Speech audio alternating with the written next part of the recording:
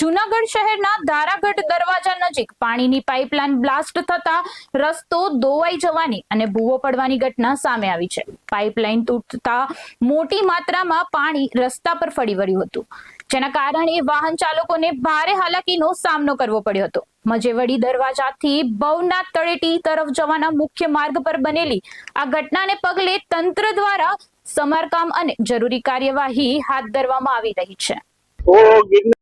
ગિરનાર તળેટી ગયો તો ઓટો રિક્ષા લઈને વળતા ગિરનાર તળેટી થી આવતા ધારાગઢ દરવાજા પાસે ઓચિંતા રોડ ઊંચો થયો એટલે એક બાઇક વાળાને મેં ના પાડી કે ભાઈ જાતો નહીં, આગળ રોડ તૂટી ગયો છે અને ખાડો પડી ગયો તો અંદર પડી, તો એ બાઇક વાળો ગયો અને પછી એને અમે ગાઈડો 2-3 જણાએ થઈને।